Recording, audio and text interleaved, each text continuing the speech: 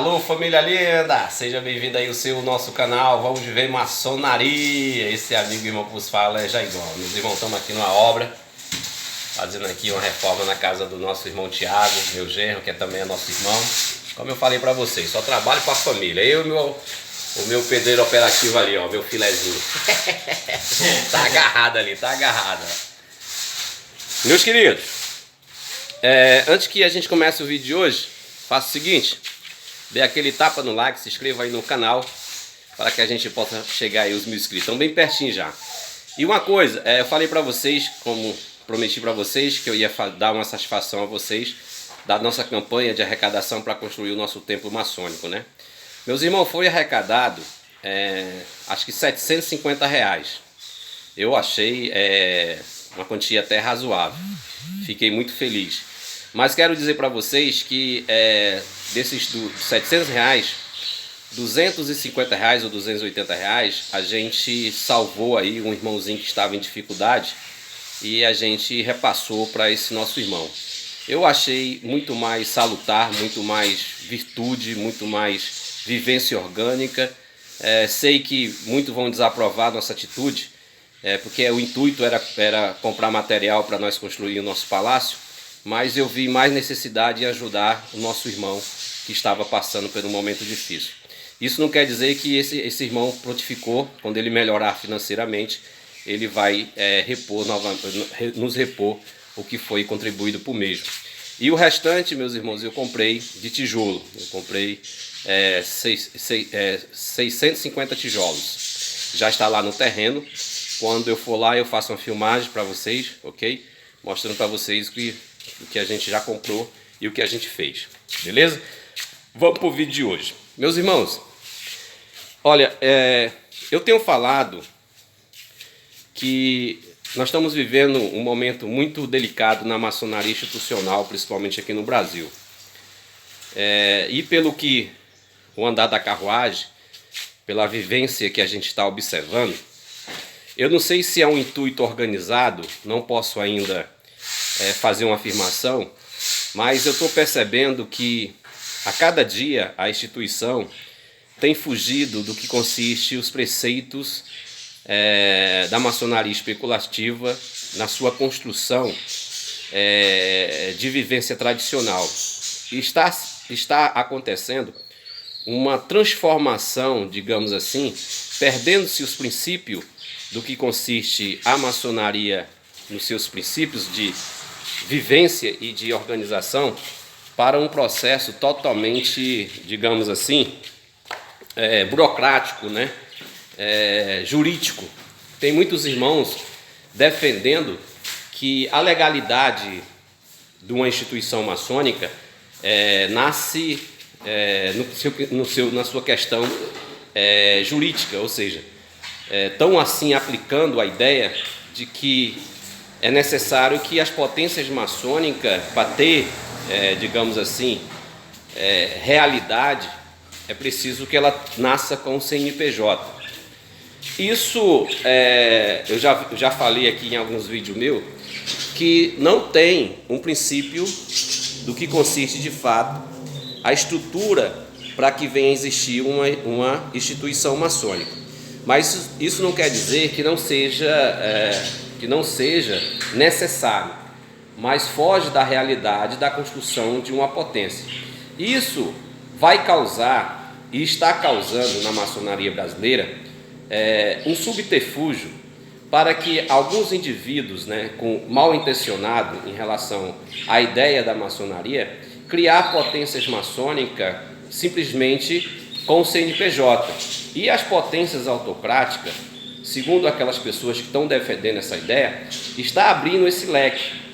E aí muitos maçons que não conhecem de fato a estrutura do que consiste a fundação de uma potência maçônica, simplesmente estão acreditando que cria-se uma associação, uma diretoria, e cria-se uma pessoa jurídica e se declara como potência maçônica, saindo assim dos princípios da construção real para que uma potência maçônica venha existir, que é por meio das 3 lojas legalmente constituídas, ou seja, é necessário que se constitua lojas maçônicas de maçons regulares, para que nasça lojas regulares, para que dê origem a uma potência maçônica, ou seja, como diz lá os princípios do reconhecimento da Grande Loja Unida da Inglaterra, que ela deixou aí para que a gente pudesse assim trabalhar na construção e na existência de potências maçônicas. Mas hoje aqui no Brasil estão se trabalhando os princípios jurídicos, estão dando mais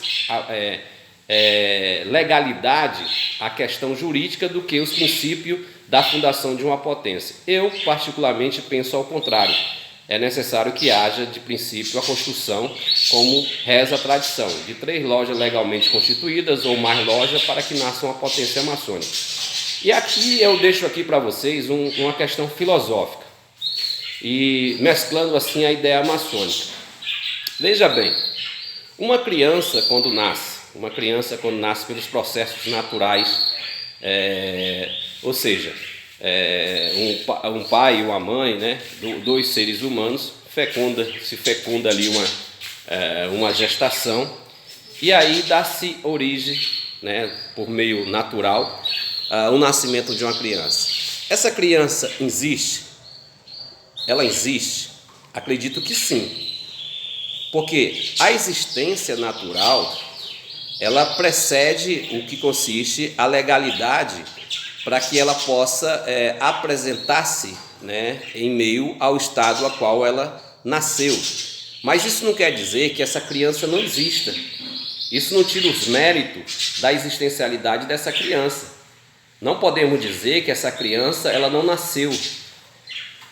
Mas para alguns protagonistas dessa ideia jurídica, estão querendo convencer alguns maçons que é necessário que essa criança só venha a existir no sentido de que quando ela se registra, né, tira o seu registro, o seu CPF e etc.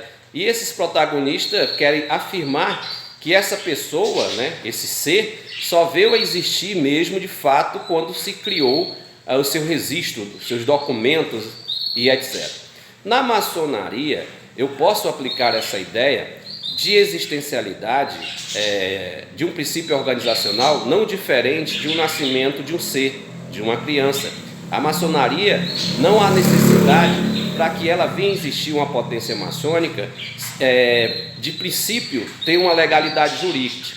É necessário que de fato ela nasça dentro do que consiste a tradição, que é feita de maçons legalmente constituídos, ou seja, maçons regulares, devidamente iniciados, elevados, exaltados, e aí eles dão origem ali uma loja simbólica, e é na construção, né, paulatinamente, vão ali iniciando, elevando outras pessoas, e aí constitui-se 3 lojas maçônicas e dá início a uma potência maçônica. Dentro desse princípio que eu apresentei para vocês, a maçonaria ela nasce dessa forma. Se nós perguntarmos diretamente para esses protagonistas, para esses defensores da legalidade jurídica, mediante o CNPJ, se na Inglaterra, quando se deu origem à Grande Loja de Londres, ela nasceu com o CNPJ, não vão ter argumento, até porque não existia essa temática jurídica. Foi necessário o princípio do que eu estou apresentando, ou seja, os maçons legalmente, né, dentro do que consiste a tradição, eles fundaram a primeira grande loja ali em Londres, né? Então, meus irmãos, fique atento a essa temática, fique atento que estão querendo fazer essa transformação, tirando os princípios do que consiste a tradição maçônica. Isso não quer dizer, meus irmãos, que as potências maçônicas, as lojas maçônicas não venham a obter de forma jurídica, né, o seu direito, segundo as apresentações que o Estado exige para que uma instituição possa existir legalmente. Mas isso não tem os méritos, de fato, para a existencialidade. Você pode sim fundar uma loja de princípio e depois ali você criar o seu NPJ para manter uma organização mais, digamos assim, mais orgânica, de prestação em relação à eclésia a qual você está inserido. Mas da legalidade de princípio, a questão jurídica, tirando os méritos da tradição, é o que essas pessoas estão querendo fazer nessa era cosmonáutica. Preste fique bem atento que a cada dia há um distanciamento de fato da tradição maçônica, há um distanciamento. Hoje estão querendo aplicar que a legalidade de uma potência maçônica nasce nos seus termos jurídicos. Eu, particularmente, não defendo essa ideia, eu não defendo no sentido dos princípios do que constitui uma potência maçônica, até porque reza-se a lenda que a maçonaria ela tem um princípio institucional de punho secreto.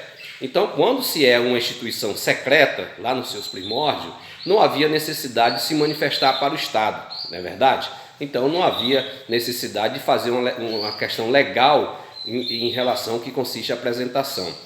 E quando ela se tornou discreta, ou seja, abriu-se o leque para o mundo, se mostrou para o mundo, então é necessário sim que ela se apresente como pessoa jurídica. Mas isso não dá legalidade no que consiste os seus princípios de sua existência.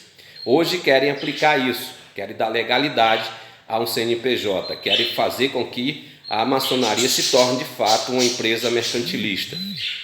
Preste bem atenção no que estão querendo fazer. Eu volto a repetir, isso vai dar ênfase ao que está acontecendo aqui no Brasil. Muitas instituições, muitos grupos de pessoas, cria-se ali um CNPJ e aí se apresenta como potência maçônica, mas aí você vai procurar nos anais daquela instituição, não teve nenhum princípio do que consiste a tradição, não foi constituída por 3 lojas simbólicas e etc, etc. Simplesmente foram lá, tiraram o CNPJ, constituíram uma empresa e aí se apresenta como maçonaria. Se para alguns isso é válido, amém, não estou aqui para discutir essa temática, só estou apresentando as minhas ideias.